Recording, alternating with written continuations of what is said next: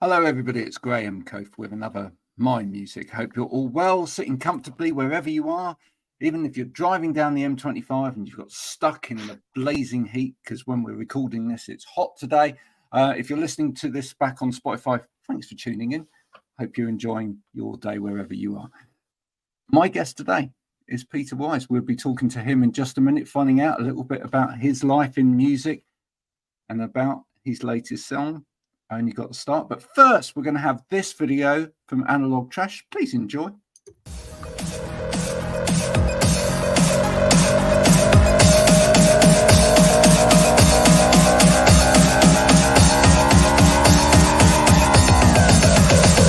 Keep on, don't stop.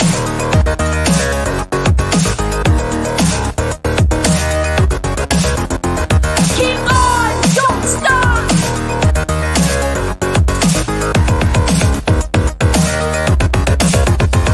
Keep on, don't stop.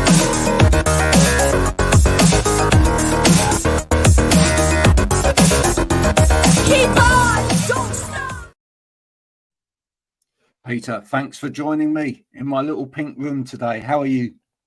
I love it. Thank you, Graham, for having me. I'm doing well. How are you? No, I'm great, thank you. The Beatles said, with a little help from my friends, everybody needs a little bit of Yes. help along the way in terms of music. You've had your fair share of friends along the way. Tell us a little bit about people that have got into your life in terms of helping you with your music. Yeah, great question. I think people come from music in a few different backgrounds, right? You're completely self-taught and you figure it out by yourself, or you have teachers or peers along the way. I've been super fortunate where I've had music teachers basically my whole childhood. I had a great guitar teacher, and I started playing guitar when I was 5 and piano when I was 6. So I've kind of been doing this my whole life, um, and I'm fortunate where I think all the teachers that I've had were great. I didn't leave, any music lesson in tears or, anything like that. They were all really inspiring and influential for me. Um, and I went to university for music. I studied jazz guitar. But I think when I was there, I really knew I wanted to get more into songwriting and the singer-songwriter stuff. And I had a great mentor there. And then more recently, I do a lot of private events and weddings and stuff like that. And I was brought into this band of these really incredible musicians, who are kind of all like my big brothers, and I feel like they were almost like a university degree in its own, playing with them and getting to play with people who've toured with Adele and Jay-Z and Alicia Keys, really incredible musicians, but are really humble people, and kind of took me under their wing. Um, so a lot of people I feel like have come in and out of my life and have guided me in my career. I think a lot of people don't understand that a lot of musicians are just fans of music. And Yeah. therefore, there is no ego with a lot of musicians. They literally just love producing music, learning everything about music, learning Yeah. something new every day. And I guess every day is a school day when it comes to music. Right, it is. Yeah. Right. But it's also, and put the analogy in with things like sport, any sports person out there will know that you never progress if you stay playing with people at the same level. Right. Yeah. You just your game stays at that level, and that's where you sit. Yeah. So what have you what are some of the little things that you've learned from these mentors and great musicians as you've gone on? It's a great question. Yeah, I think when I was in university, I had this songwriting teacher who, I wish I remembered the first song we broke down, but some Beatles stuff, some Paul Simon, something like I don't know, Still Crazy After All These Years or something. And you take a song like that and you see how many different sections are involved in that song, how it morphs through the 3-4 minutes of the song. You get into that sax solo, you kind of come out at the end of that, on the end of the bridge. And I never thought songwriting, so I studied guitar and piano. Songwriting was always this thing that I kind of kept over here, where it's like, oh, these are where I go to get out my thoughts and feelings. This is probably the thing I'm most passionate about. But it's this other kind of the freedom to express myself. But I think this teacher I had at university really taught me that songwriting is just as much of a practice as anything else. The sport analogy, like you're saying, or even just a school, like with math or something, like you do have to just run. You don't understand the laws of physics or advanced mathematics by just immediately looking at E equals MC squared and understanding that. Sometimes, you could spend a long time with that and it not make anything. And so you play music instead. But I think, if you really want to understand advanced mathematics, you really have to work your way up to that. And songwriting is no different. You really have to study the great songs, the great writers, understand how they, construct ideas, maybe emulate them in your own way, shape, or form, so that you can kind of find your own voice through that. So, yeah, you've got to understand those ideas to deconstruct those ideas to be able to make your own version of exactly. that. Yeah. And I really like what you said, where you do have to kind of keep surrounding yourself with people who are above you or pushing you. I think it's a balancing act of finding people who are, I guess, better than you, or however you deem that to be the case. And then you kind of pay it forward, bring people up to wherever you think you are, that balancing act of weighing both. Because I think ultimately, I've done some teaching as well, or just playing with different people. I think sometimes you learn as much from giving advice and be like, oh, I should think about that. Like if I've taught some songwriting, it's like, oh, I should think about and do the things that I'm saying to do in this circumstance. Yeah. When I was younger, really young. Yeah. I was in a band with someone who's now a world-class musician. His name's Troy Miller. He drummed for Amy Winehouse, etc. Wow. Yeah. And the last time I met him, we were talking about music and we were talking about great lessons learned. And one of the things that he said to me was about, especially as he's a multi-instrumentalist, but he started as a drummer, was it's about what you don't play as much as what you do play. Yeah. Absolutely. Which I always thought was such a great thing to learn, and such a simple thing to say, but what a great lesson to learn. And I think, and then kind of remembering back to when we were young and we were first starting to make music and whatever. And I guess for so many young musicians out there, it's so easy to just go, right, we're all plugging in and we're all making a noise. Right. Yeah. But that, when did you learn that moment where it's about, actually it's about just giving to the song and allowing space? I think I'm still trying to learn that, because I do love maximalist music, everybody from Jacob Collier and some more. Again, I have a little bit of a jazz background, stuff like Weather Report, or some of that more jazz fusion, Return to Forever. But there's nothing like a great, well-written pop song. The Bob Dylans, the Joni Mitchells. I mean, I was a big John Mayer fan growing up. Jeff Buckley, even, people like Frank Ocean, or Name Your Desire. I've recently been a big Bruno Major fan. So it's a balancing act. I think I have learned that more as an instrumentalist and a writer, to step back, and sometimes the most impactful thing you can do is, like you said, to leave space. I get to a few just drummers and bass player friends I have.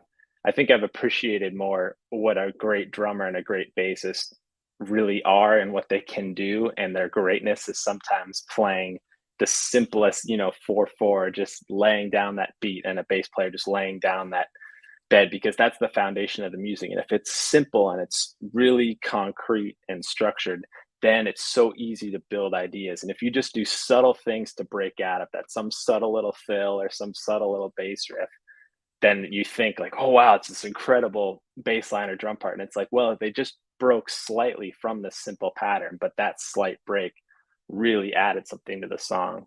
So something I've thought a lot about as a writer and a producer. I've been self-producing my recent music, and it's hard to write and produce. It's really like a left brain, right brain thing, and Mm, it's tough to really get your ego out of the way. But I think it's really helped me to, just as a writer, as a musician, as an artist, to produce myself, because then when you do that, you say, oh, well, if this is too busy, there's only one person whose fault it is, or like there's only one person to blame. And I think it really helps to, I think it's a good exercise to produce yourself, to learn that the simplicity, and to strip away some different parts, or to know when a song really needs a lot of energy, yeah. to find that balancing act. I think it's an interesting equation these days for musicians, especially as much of the recording process can be digital. Yeah. Years ago when you literally had a finite amount of tape and that tape got worn and Right. you could only bounce so many times, etc. Yep. It was like you can only go so far physically, Yeah. right? But Yep. now, I mean, and you mentioned Jacob, who's like super talented in terms of his Right. Yeah. musicality. Yeah. But it's like, I mean, I guess even he must like really struggle with that equation of how far do I gild this? Because, Right. when you're that talented and you just hear part after part after part after part, Yeah. it's where do you stop with it? Right? Right. Right. Exactly. Yep.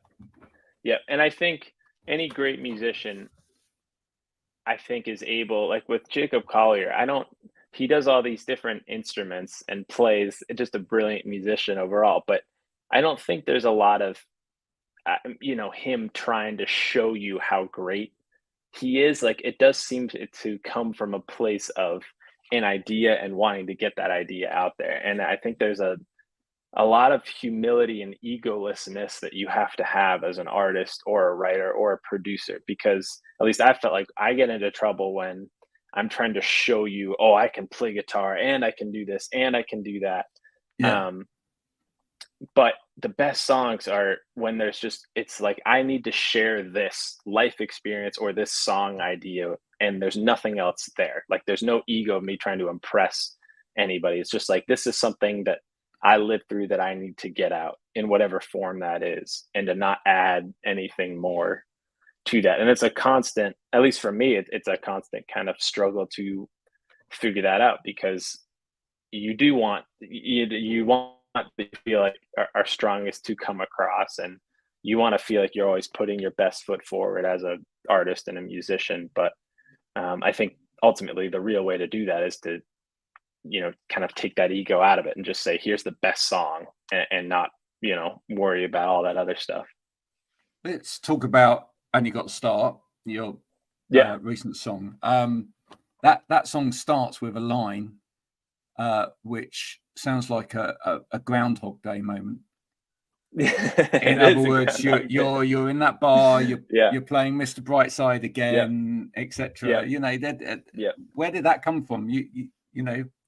You've experienced that. Honestly, I love that movie, and it is a little bit of that. I think that's how I was feeling. I do music, I'm an independent artist, and I do music full time. And I think even if, you were, I'm sure different, like Beyonce's tired of playing Crazy in Love every night, or, different stuff. Like, it doesn't matter who you are. There's always some level of, it's not like you're going to immediately show up and be inspired every time you play. So I think that sometimes doing music, the joy is that I don't have to have a, real job where I get to play guitar and sing. The downside maybe is that, you take some stuff you're playing because you really love the music and the people you're with. And sometimes you're there because, hey, I, need a check, tonight. You got to show up. So, yeah, exactly. You got to show up. But I think what I've learned is that, or this song really is about that feeling of exactly what you said, kind of being stuck in a Groundhog Day, of just the monotony sometimes of trying to push for something, not fully getting where you want it. I felt like when I wrote this song last summer, I was really busy playing music, but I didn't have the time necessarily to promote the music or do ultimately what I wanted to do. I just felt like it was a little bit of this cycle of being stuck doing the same things, and that being great, but not ultimately doing what I wanted to do. And so the song is about, well, there's some things you can control and some things you can't. There are times when it's like, all right, I need to change something up in my life. And then there's other times where you say, like, well, I could do the same things and I could approach this with a better attitude, not to get too preachy or whatever. But I think going back to musicians and people you play with, and people who've inspired you, I get to, again, this kind of some of these weddings and private events where I am playing a song like Mr. Brightside by the Killers, or Shut Up and Dance, stuff like that, every week. There's a few different musicians that I play with who are these incredible players. This saxophonist in particular, who's just unbelievable. The first time I heard him, like, this man fills up a stadium basically without a microphone. Just an incredible player. And his energy, if you played 4 hours of EDM music and he's barely playing, or you're playing really intricate horn heavy music where he's playing all the time, his energy will be the exact same. He will be high energy. He will be totally into the music regardless of what it is. And I think the musicians I respect the most are that way, where their energy, their love for music is apparent no matter what they're doing. And that, to me, is really what being a professional musician is. So the song, this is a long-winded answer, but the song stems from that, I guess, of needing a bit of a reality check, of saying, like, well, I am feeling a little bit like I'm in this, cyclical, everyday being the same thing. And there's some things I can do to break out of that. But there's a lot of just, I have to appreciate what I'm doing more and find a little more joy in what I'm doing, rather than get so caught up in what I'm not doing. Well, I think it's great, and I think it's very honest of you. But I think it's probably a song very much at the moment as well, because I don't think in the past musicians would have been able to perhaps open up and say, look, there's an element of what I do here which could actually cause burnout. I think it says a lot about the modern world and the conversations that we're now open to have, that you can actually produce lyrics like that. Right. Yeah. No, it's a good point. Absolutely. Yeah. And I think maybe just, you're right, just a better conversation about stuff like that, because I'm a big fan of the Eagles, that whole kind of 70s soft rock, folk pop stuff. And I think Hotel California was the first guitar solo I ever learned. And then I actually got an opportunity to open for them in New York when I was at uni. And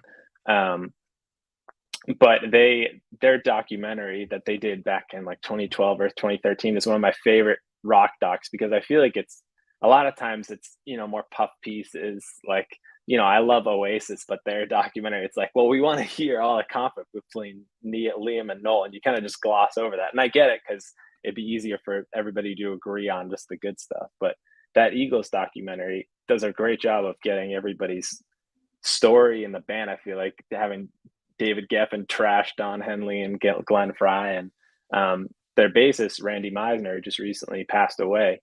But they detail some fight that they had with a band where his one song, kind of hit song that he sang, was Take It to the Limit, and that was the Eagles' first #1 hit. And he was just complaining that he doesn't want to sing the song because he can't hit the high, or he's scared of hitting the high note in front of everybody. And Glenn Frey's like screaming at him, like, you think I want to sing Take It Easy every night? No, but there's 20,000 people who are paying to hear me sing that song. So I'm sure everybody's always had that struggle of wanting it's always to feel been inspired. there. It's you think of like Kurt Cobain there. Was how he hated playing Smells Like Teen Spirit and wouldn't do it for the MTV Unplugged thing, or all these different examples. I just but think you're right. I think we didn't talk about it.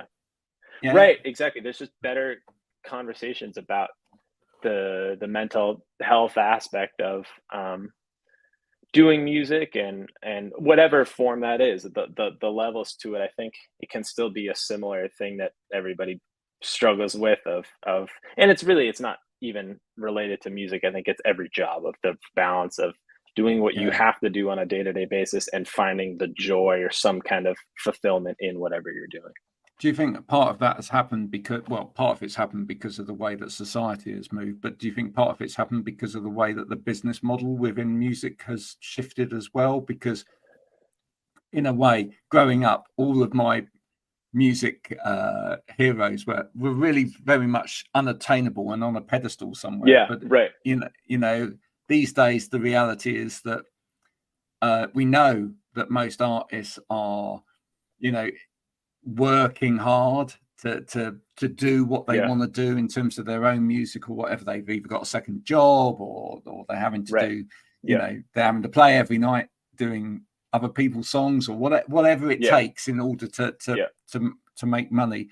Whereas yeah, before it was either like you were either a successful musician or you weren't anybody, etc. So do you think it's partly to do yeah. with that?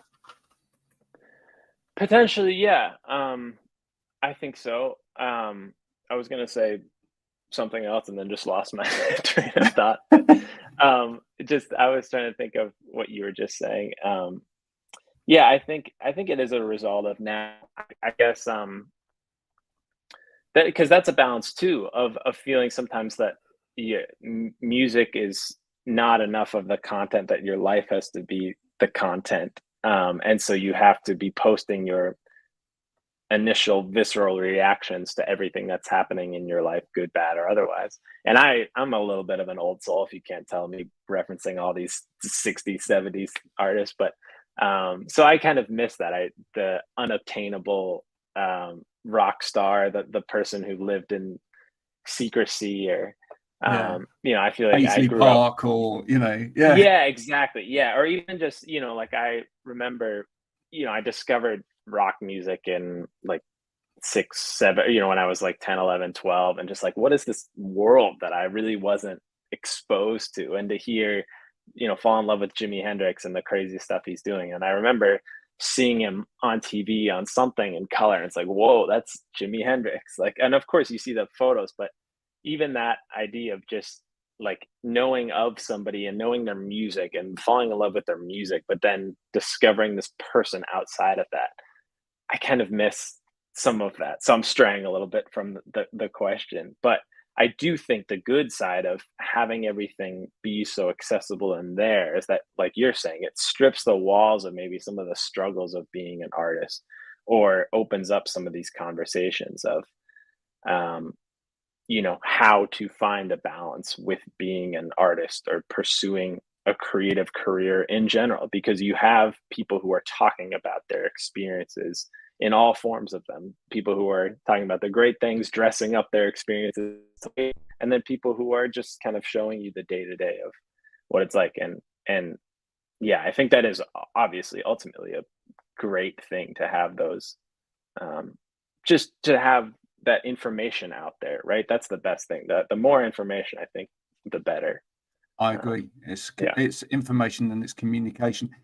Now, you yeah, said earlier, and we agreed that sort of playing with people above your level, etc., kind of yeah. pushes you up to the next stage. So, who's on the sort of next level for you now? Who are you looking at out there? Um, That's like, you well, know, yeah, I I need think to achieve this next.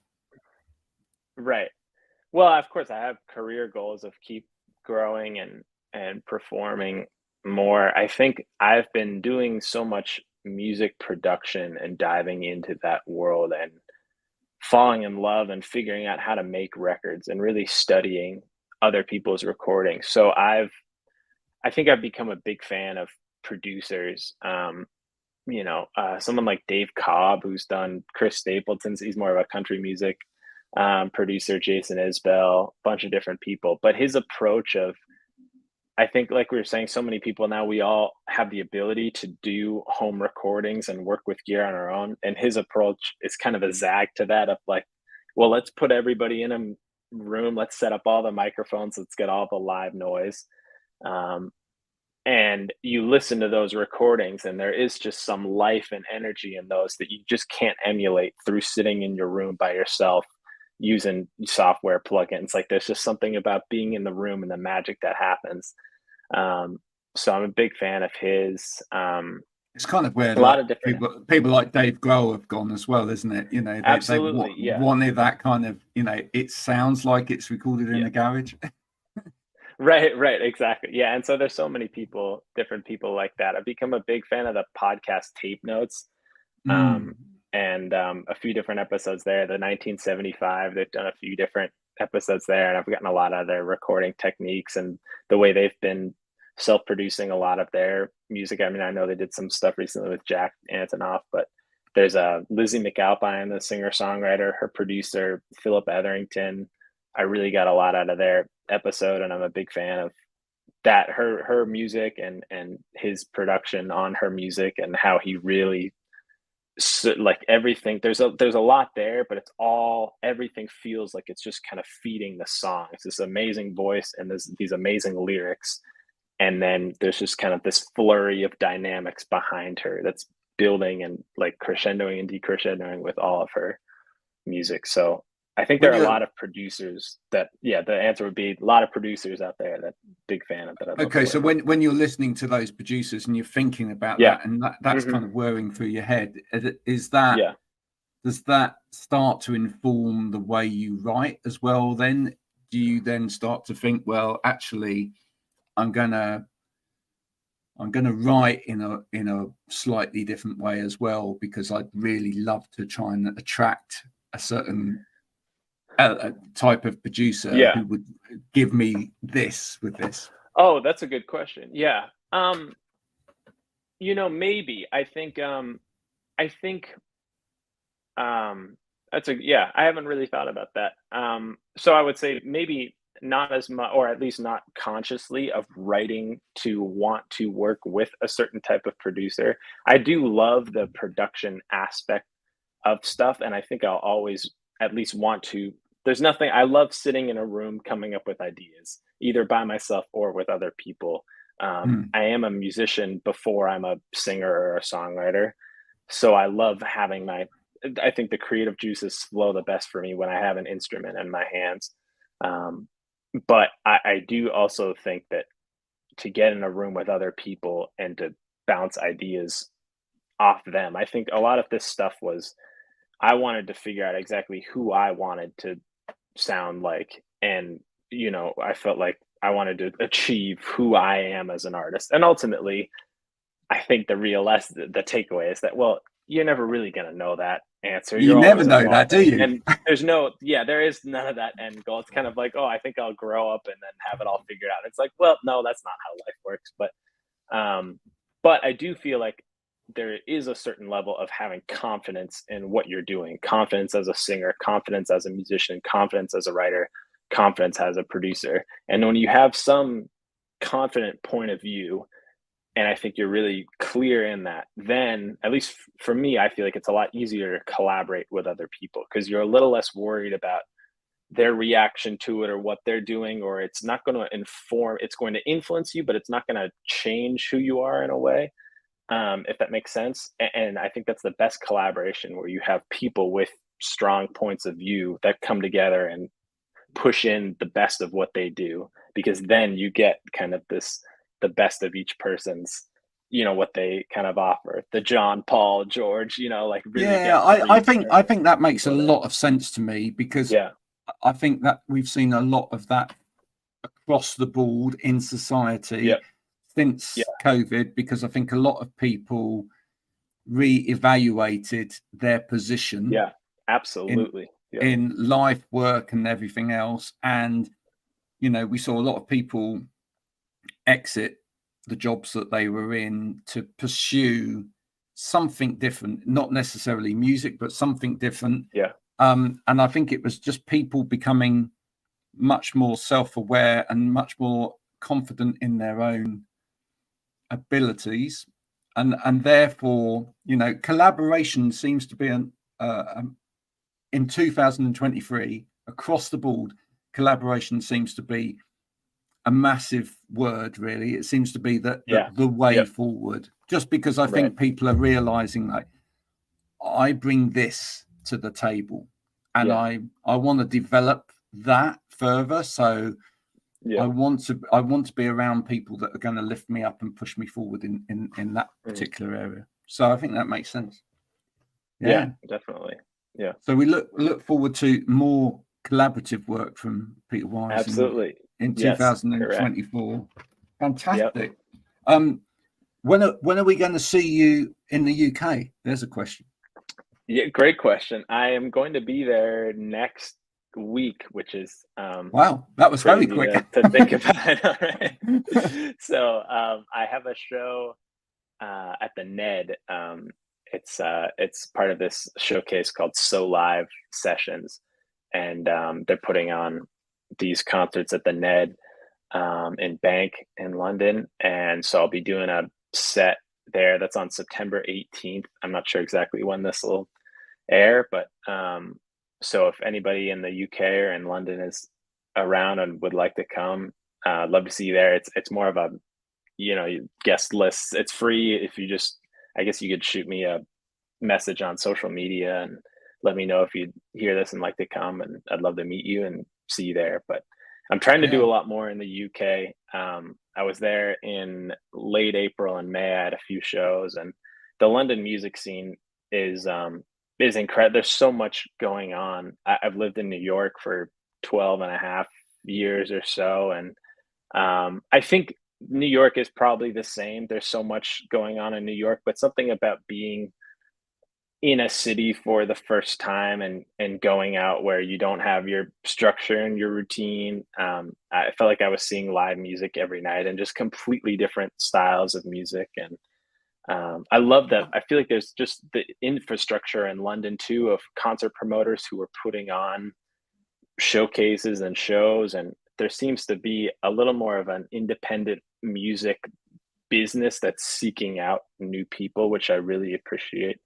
So I'm hoping to spend a lot more time in London and the UK. We shall. Yeah, we are definitely seeing a massive kind of support of independent music in the UK at the moment. We've had this year. We've had a number of independent artists get to number one in the charts, in the album charts, with their albums, purely off the back of fans, delving deep. Talking to one the other day, somebody popped up and said, "Yeah, I've bought 40 copies of this album this week to try and get this tonight." It's just unbelievable that the kind of support that people are putting behind it. I think because I think we've reached a point in the UK with things like chart music and whatever, where it's just so curated by algorithm now, but for a lot of people there's no reality to it. There's nothing tangible about it. When I was growing up, you used to queue in Woolworths to buy your single, and you could see week by week if you were getting the band up the charts. There was kind of a real loyalty to it, and I think people have been seeking that kind of loyalty factor back out again with music. And it's a great point. Yeah, agreed. And you felt, or at least I felt that, I was only there 6 weeks, but you do feel that a different sense of people really going out and seeking the live music scene. And like you said, the actual relationships with an artist, whether they're actually meeting the artist, but just that idea of attaching yourself onto an artist and supporting them and pushing them forward, which you're right. Sometimes I feel like Spotify or streaming, it depersonifies some of that when you just have a bunch of songs you throw on a playlist when you're making dinner or something. I mean, that's great. We all need our dinner workout playlist, but there's nothing like actually feeling the connection with an artist, which I think I cut the tail end a bit of that, but just the CDs and the sacrifice, the idea of committing yourself to going to a store, buying a record, seeing that person, reading the liner notes, like that would just automatically attach yourself to somebody more than just the random couple hundred songs you're streaming. Well, let me give you a little tip, my friend, because one of the things that I am seeing from a lot of the UK artists that are doing it and really kind of make it up as well is get the merch right as well when you come Yeah. over. Yeah. Yeah. Because that's what I love. I mean, going to see someone soon at the end of the month, and they like this week they just released like their latest lot of merch, and there's things like socks and Yeah. like, Right. Yeah. you know, I think that's the thing. People are starting to go, right, actually, there's much more of a relationship here, and actually I'm gonna you know, I'm actually going to give people a whole brand experience, because that allows them to make that connectivity. There you go. Yeah. There Absolutely. you go. Yeah. Well, listen, it's been wonderful chatting to you today. Thanks so much for your time. Time is just Thank flown you, Graham. like I know. that. Well, this is great. Thank you. It's nice to have a good in-depth music conversation. Really appreciate you having me on and doing this. So, well, that's what we're here for. You know, as I say on the tag, interviewing musicians with respect. Folks, please do go and check out Peter's music. That's what it's here for. You know, I don't do this just for the fun of it. Do it so that musicians like Peter, you learn a little bit more about them and their lives, and you think, do you know what? I'm going to check out their music now. So please do that. And if you do, you know, throw him a bit of support. Let him know if you like the music as well. Don't just stream it. Let him actually know. He's on all of the socials. So do that as well. We will be back later this week with more of my music. If you've enjoyed this, please do subscribe and share with your friends and all of that malarkey. If you haven't liked it today, then this hasn't been my music. It's actually been an instructional video on how to do origami. You do what you like with this video now, as long as you share it with someone that does like music. Works for me. Until next time, thanks so much for coming on, Peter. Yeah, thank you, Graham. Appreciate it. Bye for now. All right.